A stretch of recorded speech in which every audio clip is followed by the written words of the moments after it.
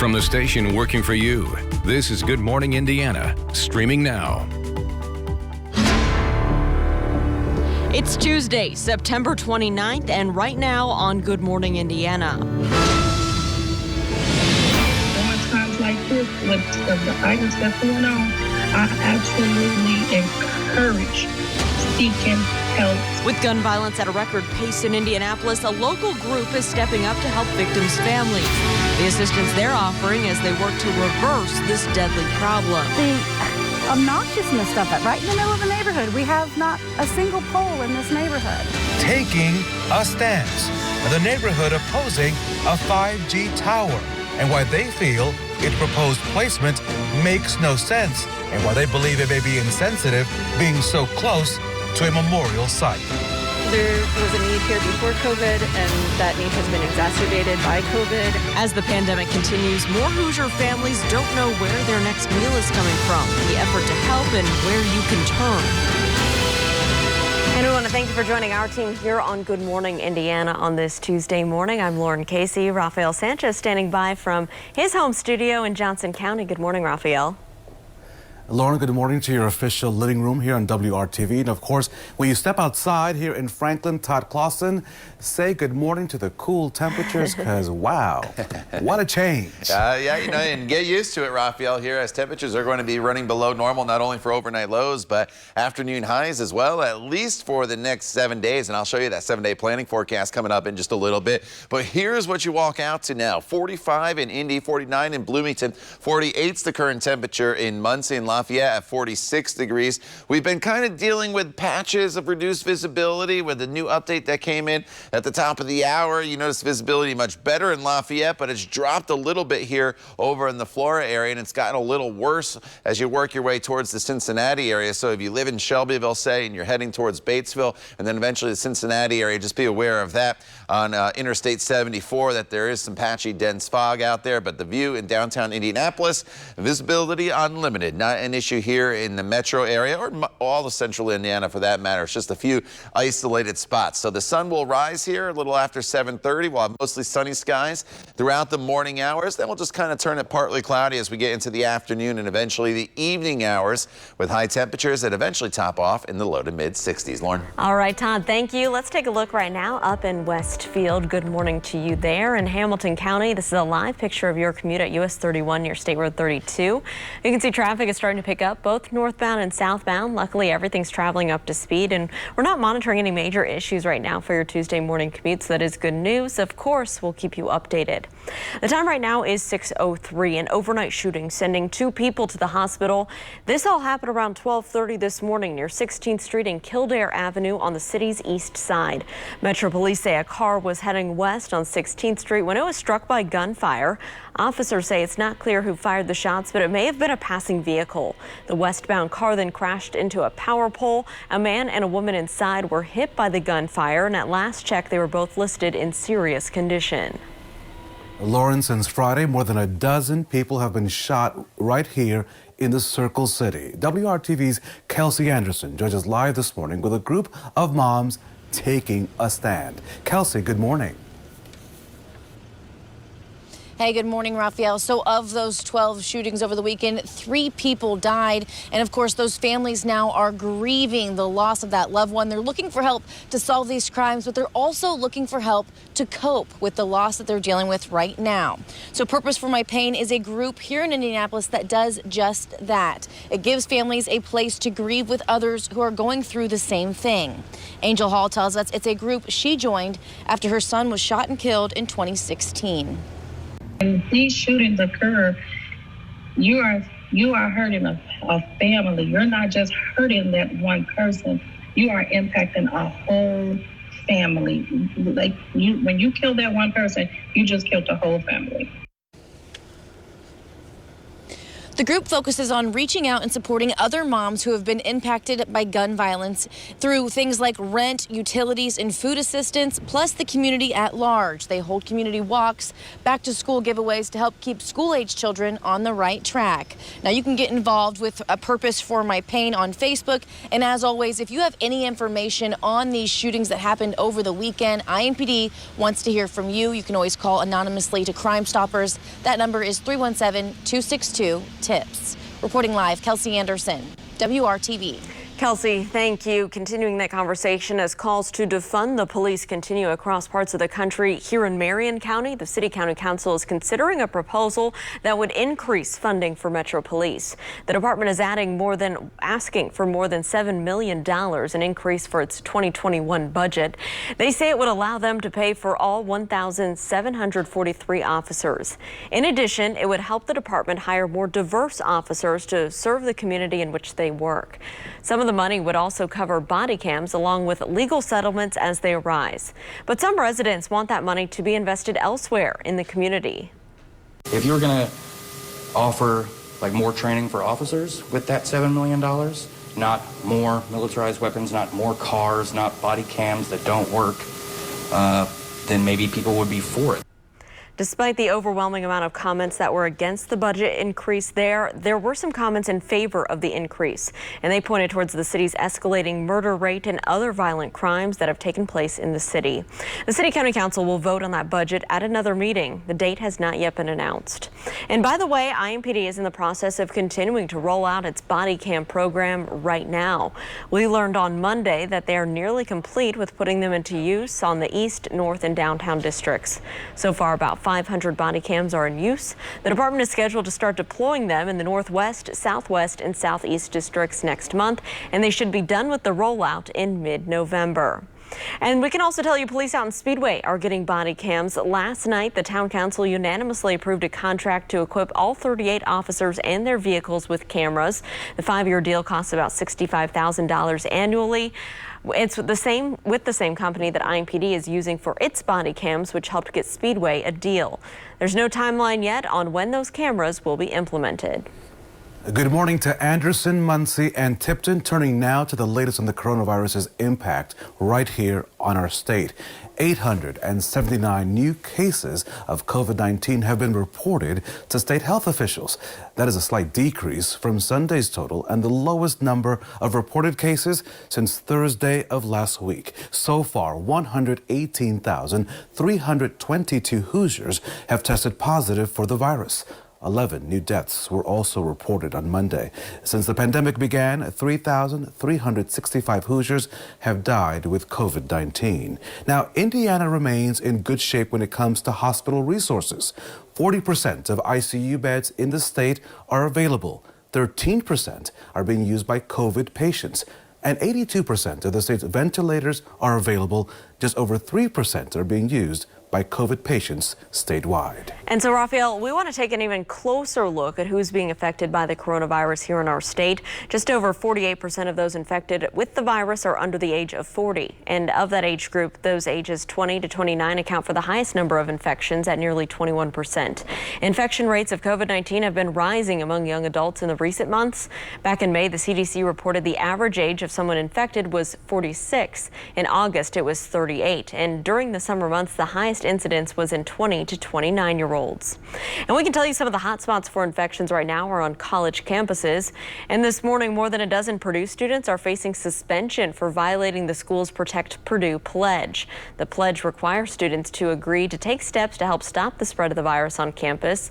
14 students, including 13 student athletes, are accused of having a party inside a residence hall over the weekend. Purdue President Mitch Daniels releasing a statement on that, saying in part, quote, "We are lucky to have had only 2 of this types of incidents. The fact that this episode involves student athletes can make no difference. At Purdue, we have one set of rules for everyone," end quote. So, Lauren, a major effort is now underway on the east side of Indianapolis to make sure that families in need don't go hungry. The Herbert Simon Family Foundation donated 20,000 pounds of food through organizations like Big Green Indy and Conscious Alliance. Officials distributed that food at the John Bonner Neighborhood Center on Monday, as you can see. Organizers say many people on the east side already are living in what's known as a food desert. The pandemic has made it even more difficult to access healthy foods. We hope that this helps folks to have some period of time where they have to spend less energy worrying about food, and they can spend that energy on other things that need their energy, including just maybe getting to enjoy a little bit of the day. Good work happening there. Organizers say the goal is to provide food to at least 160 families. Well, House Democrats have unveiled a coronavirus aid package. We're going to break down what's in it after the break. Todd. And after a little bit of rainfall here yesterday across central Indiana, we now enter another dry weather pattern that's going to take us for the most part into the weekend. There's just some small opportunities for a few showers here and there, but overall temperatures going to be running below the average high of 72. We'll break it all down for you coming up in your 7-day planning forecast. The time now is 6:11. You're watching Good Morning Indiana right here on WRTV.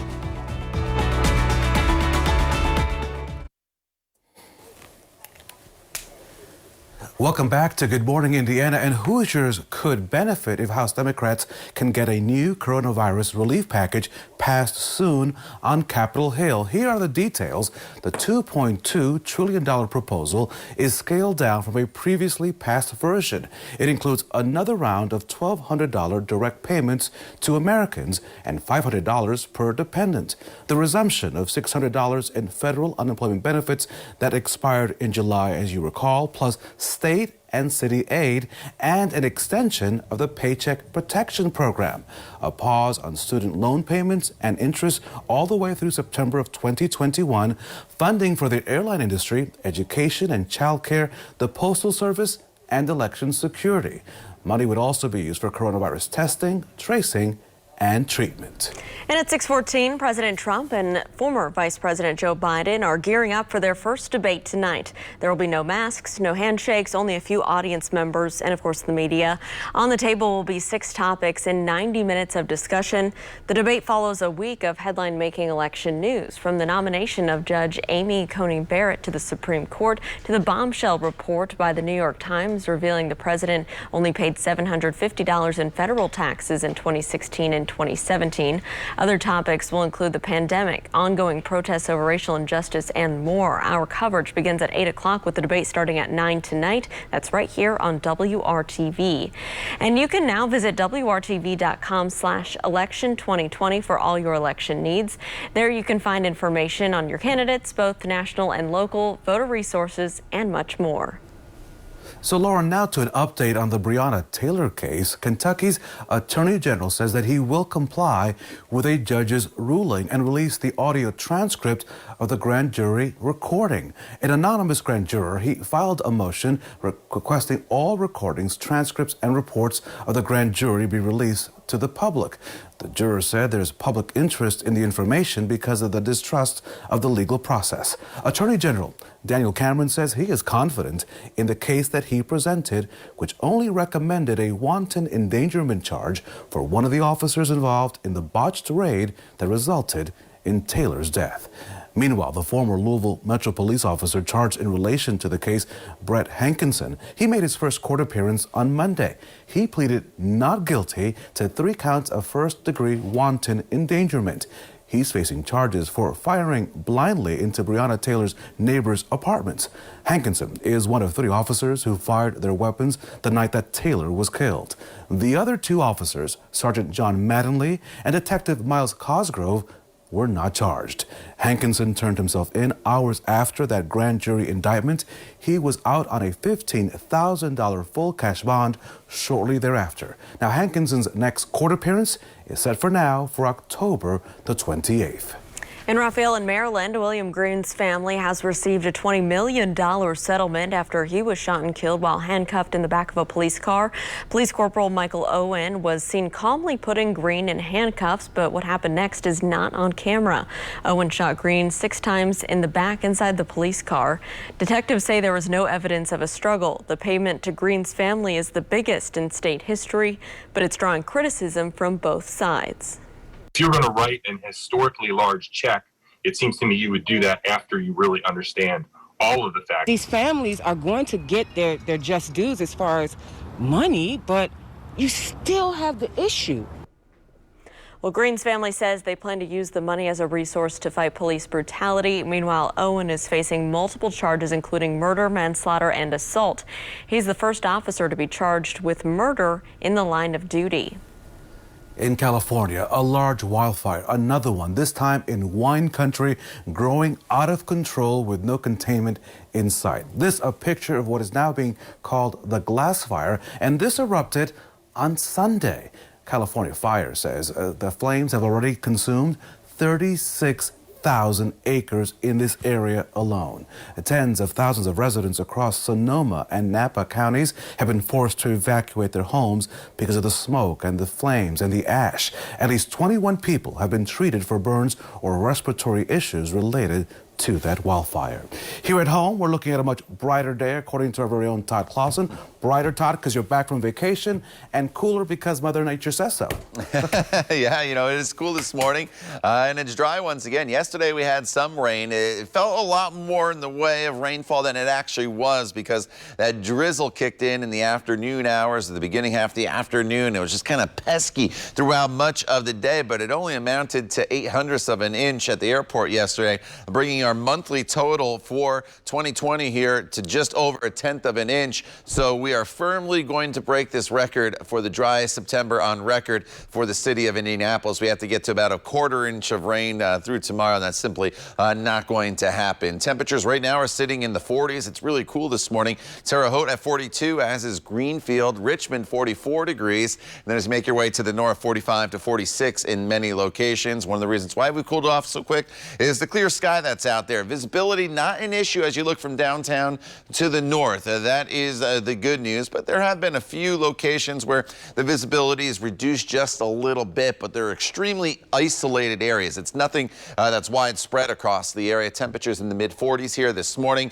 Once the sun comes up, which is a little after 7:30 now, temperatures will eventually respond to that sunshine, and by the time we get into the 11 a.m. hour, temperatures will be up to about 56 degrees. The front yesterday that brought us the rain now pushing off towards the east. You know, there's plenty of clear skies this morning. As we go throughout the afternoon hours, though, we'll probably start to build in a little bit of that fair weather cloud cover across the area, and that'll be just about it. Highs today will top off only in the low to mid 60s across the area. 62 in Logansport, 63 in Marion. Anderson will be right around 64 degrees for the high temperature as you slide here into central portions of the state. 64 in Crawfordsville, Shelbyville, 66 degrees. Newcastle, you're at 64 today, and temperatures very similar in southern locations. So we're all kind of in the same air mass together, and that's why temperatures will not vary much from place to place. This evening, any cloud cover that is out there will fade away as the sun starts to set. Temperatures will fall back down into the 50s. Then overnight tonight, back down to 45 in the city with a light wind. It'll be cool all across the area tomorrow morning, but we should warm up pretty quickly with sunshine. Temperatures tomorrow into the 60s, so close to 70 degrees. Tomorrow will be the warmest day, it looks like, of the next 7 days with that high of 70. Thursday, we're at 63 degrees. And as we expand out here, notice Friday and Saturday, only in the mid to upper 50s. Low temperatures Saturday morning, right around 40 in the city, 30s in the outlying areas. So frost, a very good possibility. And then temperatures next week in the mid 60s. Could be a stray shower chance in northern locations on Thursday. Better chances for everybody on Sunday. All right, Tom, thank you so much. Let's take a look at traffic as you're heading out the door this Tuesday morning. Taking you down to the south side here, a live look at I-65, a view from Edgewood Avenue. This is just south of the ramp system as you're getting on 465 there. And you can see traffic is picking up both northbound and southbound on I-65. No delays, no crashes around the metro area to slow down your commute at this early hour. But of course, we'll keep our eyes on your roads as you're heading out there. Stick around. We'll have more news, weather, and traffic coming up just after this short break.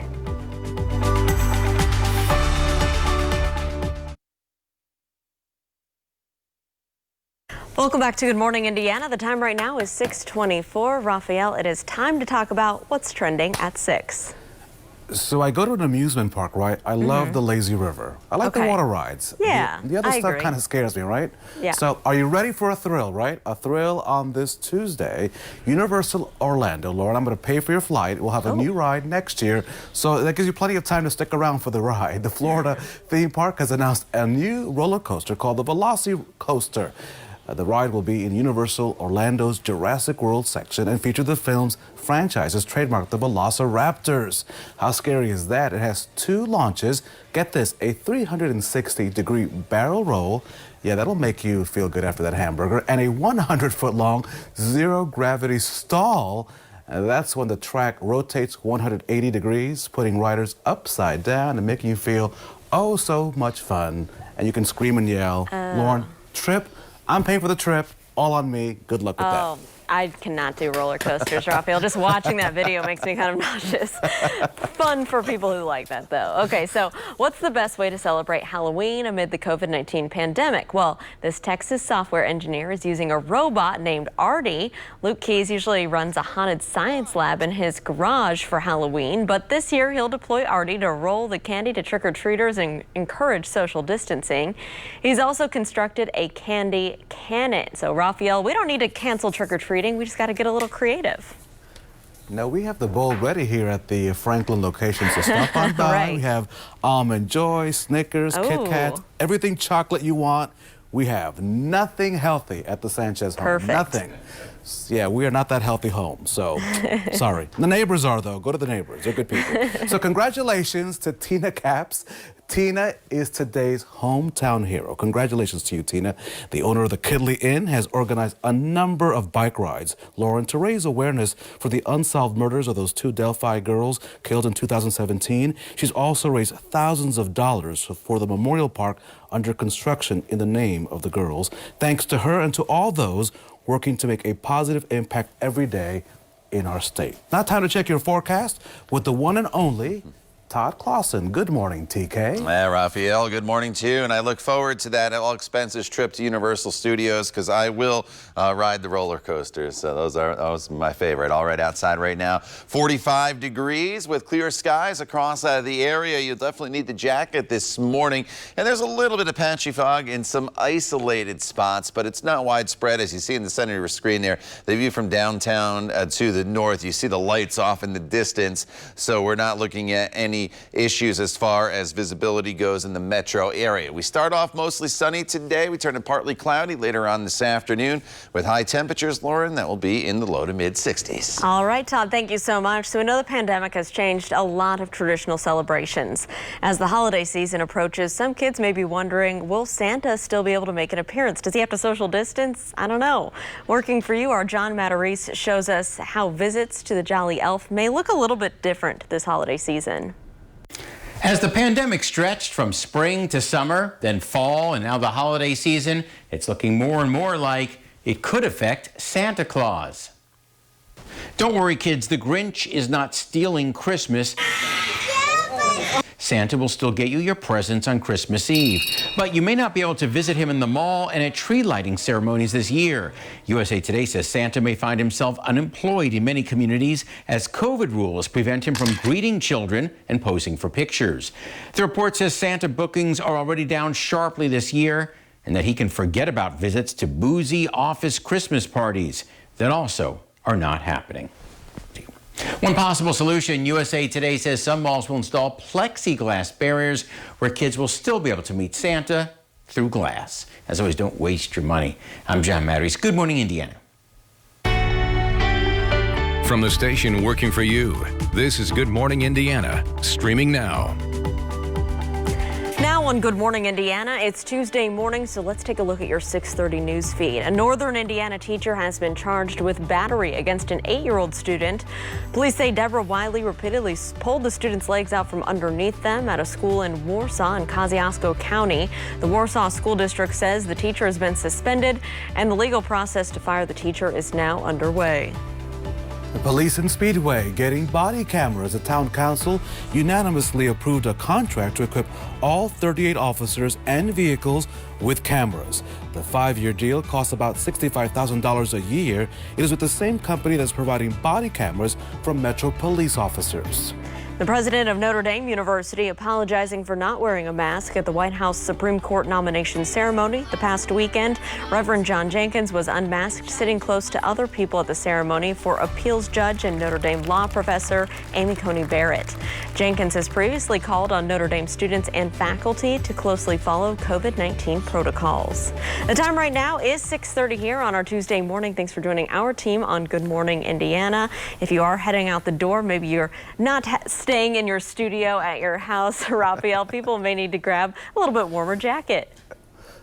Well, listen, you're the one who was wearing a scarf in her car, though there's a heater in the car, by the way. I'm not going to mess with you on that, Todd Clausen. But if you do step outside and heading out to the bus stop, you will need a light jacket this morning. Yeah, you know, most definitely, especially the kids, send them off with the jacket here this morning because it is chilly out there. I didn't graduate quite to the scarf in the car like Lauren did, but I definitely had a jacket on here this morning. 45 degrees is the current temperature in Indianapolis, 48 in Bloomington. Yesterday, not only did you need a jacket, you needed one that was somewhat waterproof with the rain that we were seeing. You don't have to worry about anything in the way of rainfall here for the day today. That is the good news. Skies are clear right now. We'll build in some fair weather clouds as we get into the afternoon and evening hours, but the front is fully through the area. That is the good news, and skies here will be mainly clear this morning. Then eventually, as we get into the afternoon hours, we'll start to build in some fair weather clouds. So it goes from mostly sunny to partly cloudy with temperatures that'll be right around 60 degrees by the noon hour. High temperatures today anywhere from about 62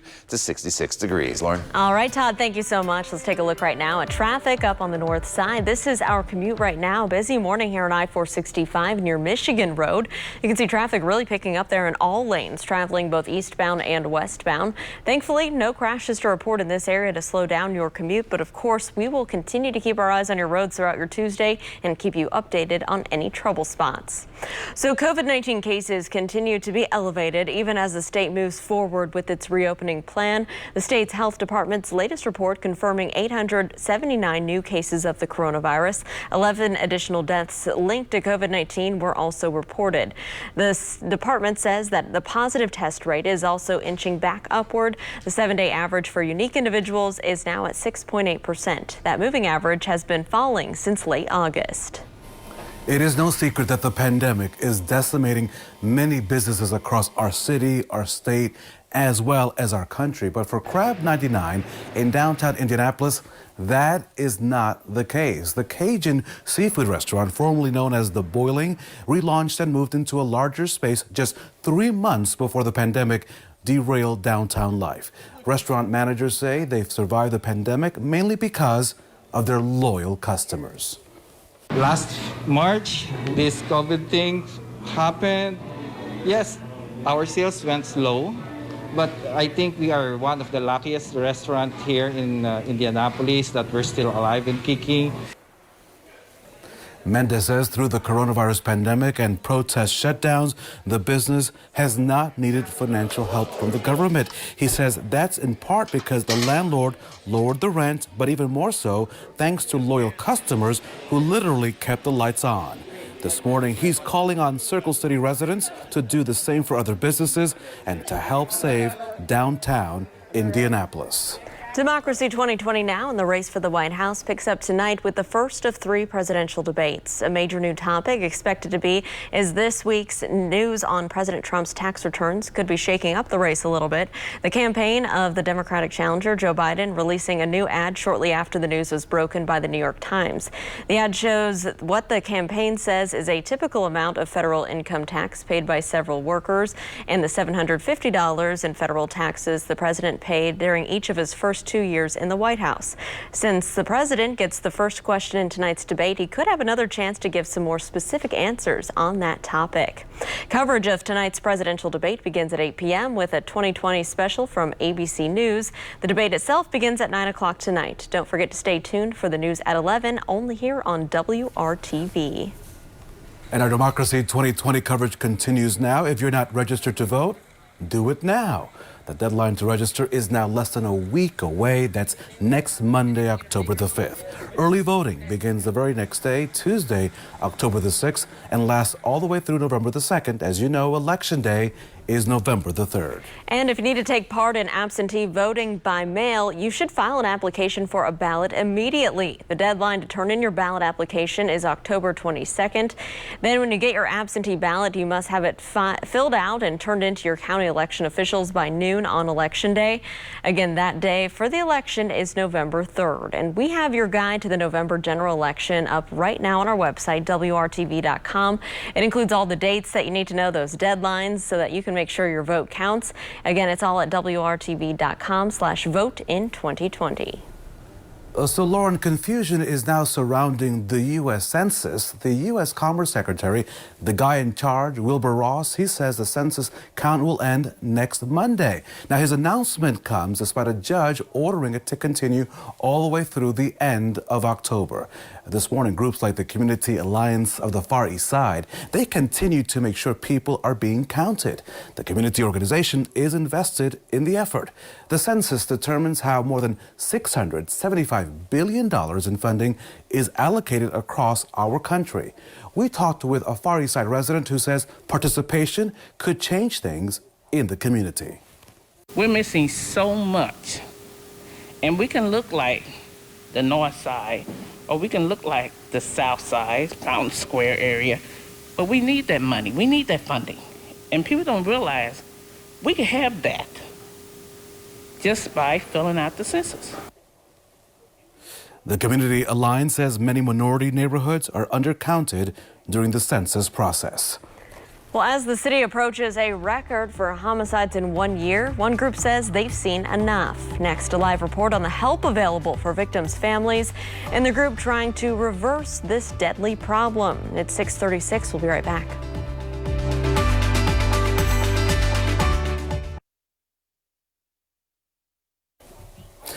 Good morning and welcome back to Good Morning Indiana. State police are asking for your help right now after 4 separate shootings that took place over a 4-day span on the interstate system. Now, the first case happened 3:30 Friday afternoon on I-465 near Harding Street on the south side.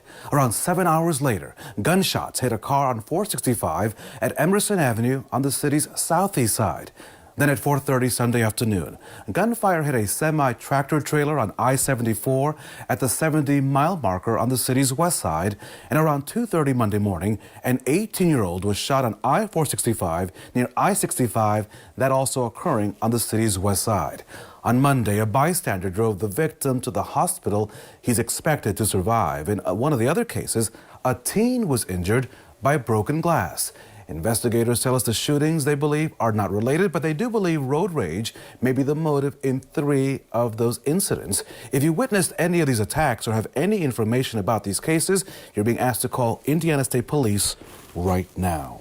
Mothers, they're demanding action as the problem with gunfire continues to rise here in several parts of Indianapolis. And as our city approaches a record number of homicides this year, our own Kelsey Anderson is joining us live this morning with more on what a group of mothers is calling for. Kelsey, good morning. Hey, good morning. So over the weekend, 12 people shot, 3 of those people died. And that's something that's causing concern because like you said, Lauren, we are at 171 homicides in 2020 alone. And now those families of those victims, they're looking for help to help solve those crimes, but also they're looking for help in this grieving process. Angel Hall knows the pain of losing a child to gun violence. Her son was killed in 2016. She says when someone gets killed, it kills the entire family.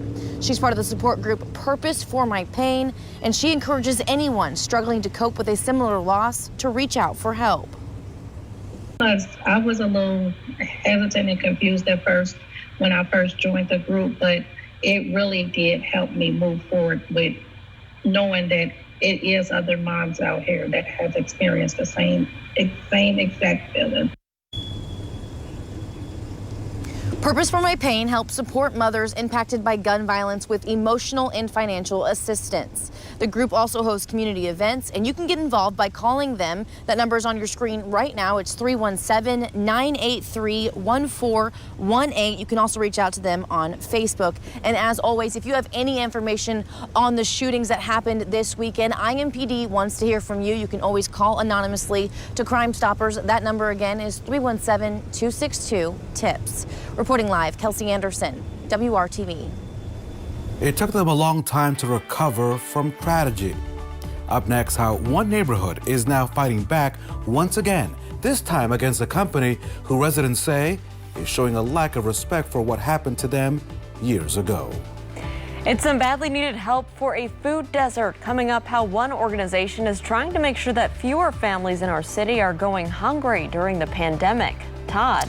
And temperatures today will be running below normal as we will be in the mid-60s with plenty of sunshine. But get used to these below normal temperatures. They're here to stick around. Our average high is 72, and you can see it gets even cooler as we push towards the weekend. We'll talk all about your 7-day planning forecast coming up when Good Morning Indiana continues right here on RTV6.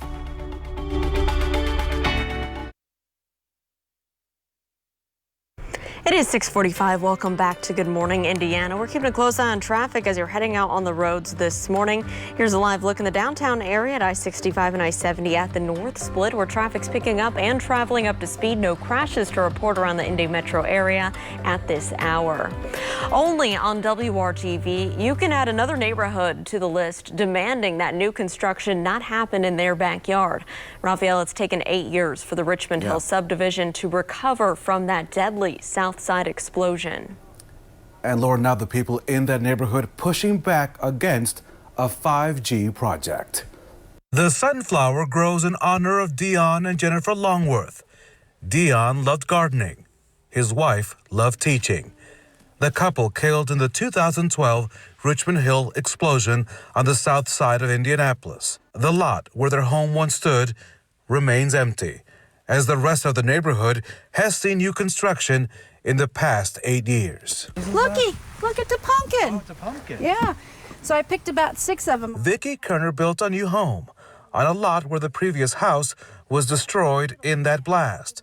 Kerner is now concerned with a proposed 5G tower that may go up next to her home and so close to the explosion site. Not next door. Take it to Sherman. Take it to the golf course. Take it to the field, but don't put it there, okay? She's not alone in trying to figure out why this spot, especially in a subdivision with no utility poles. What's so wrong with having a 5G tower right there for the convenience and the benefit of all the good people of the south side of Indianapolis? We're not against technology, but it's where it's going to be located. As you know, you've been with us covering our story for the past 8 years, and you know, this is still a lot that needs a house on it, not a 5G tower on it. We just don't need to add an eyesore to the neighborhood. In November, the survivors of Richmond Hill will, in their own way, mark that moment. Healing takes time, especially among homeowners who value what rises in their neighborhood. So not far from that site where the sunflower stands, there is now a petition making the rounds to stop that 5G project in the Richmond Hill subdivision. Homeowners will voice their concerns to the Board of Zoning Appeals next Tuesday. And by the way, at least another 14 sites on the south side of Indianapolis in Perry Township are also targeted for 5G projects. Now, we did get a statement from Verizon Wireless saying in part at this location, Verizon is placing a small cell on an existing utility pole. We are following all local regulations and processes to ensure safe installation. We should point out that the place where they want to put that project, there are no utility poles. So we did ask Verizon to check their plans one more time and get back to us here at WRTV. We'll get back to you when we hear again from Verizon. Lauren? Raphael, thank you for that update. Well, they are trying to make sure that families here on the east side don't go hungry. The Herbert Simon Foundation donated 20,000 pounds of food through organizations Big Green Indy and Conscious Alliance. The food was given out on Monday at the John H. Bonner Neighborhood Center. The large parts of the east side are well known for food deserts, and the pandemic has made access to that fresh food even more difficult. We hope that this helps folks to have some period of time where they have to spend less energy worrying about food, and they can spend that energy on other things that need their energy, including just maybe getting to enjoy a little bit of the day. Well, the effort was expected to provide food for up to 160 East Side families. Good news there. All right, let's take a look at our forecast right now with Todd Clausen. Todd, you were off yesterday, but I know you were trying to golf on the one day that we had rain here in central Indiana. Literally the one day in Indianapolis when we had rainfall the entire month. I was on the golf course yesterday, so it was not very pleasant with that pesky drizzle, but that drizzle did give us enough rain to take us out of the running for the driest month ever. Not just September, ever in Indianapolis. As you can see, the top three here, we're now at 1.12, so we're just out of the top three, but it will be the driest September on record. So it was a record-breaking month, or is a record-breaking month, with one day to go tomorrow, but it looks like we will remain dry. Currently outside, it's clear in most locations, although we're starting to see some visibility issues develop here on the far western portion of central Indiana. Cloverdale, 0.7 of a mile. Everybody else still above 1 mile, which is the threshold I always tell you when visibility on the roadways starts to get a lot worse. And there's some visibility issues here towards the Cincinnati area, as well as your travels take you down I-74 there towards the east throughout the course of the morning hours. 45 in the city right now. Just a light wind out of the west at 6 miles per hour. Everywhere you go, temperatures are in the 40s, the exception Columbus. You're now down to 39 degrees for your current temperature. 45 as you make your way from Tipton up through Kokomo into the Peru area. Lots of sunshine this morning. With that sunshine, temperatures will warm fairly quickly. Should be around 60 degrees by the noon hour, with skies that'll be mostly sunny. Then high temperatures today will top off anywhere from about 62 to 65 degrees. You will notice a little more in the way of cloud cover starting to build in as the afternoon goes on. We'll go from mostly sunny to partly cloudy this afternoon, but we should remain dry as all the rainfall should stay to our north and then also off to our east. So this evening, if you have plans, just bundle up once the sun sets. Temperatures fall back down into the 50s pretty quickly. Otherwise, the skies will be clear.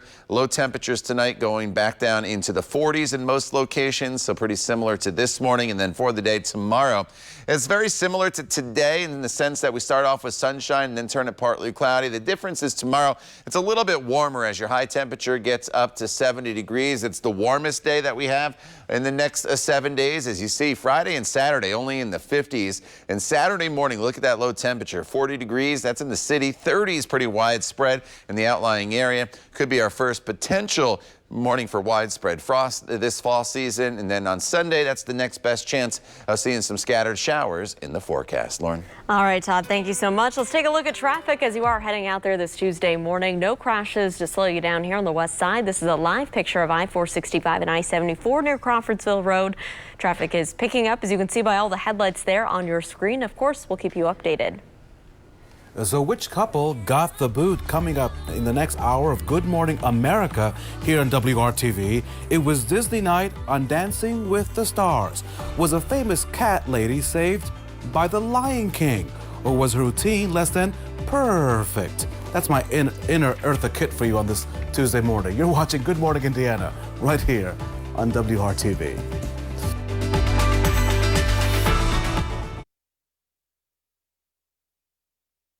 Welcome back. It is 6:55 here on Good Morning Indiana. Raphael, here are your top stories to start this Tuesday morning.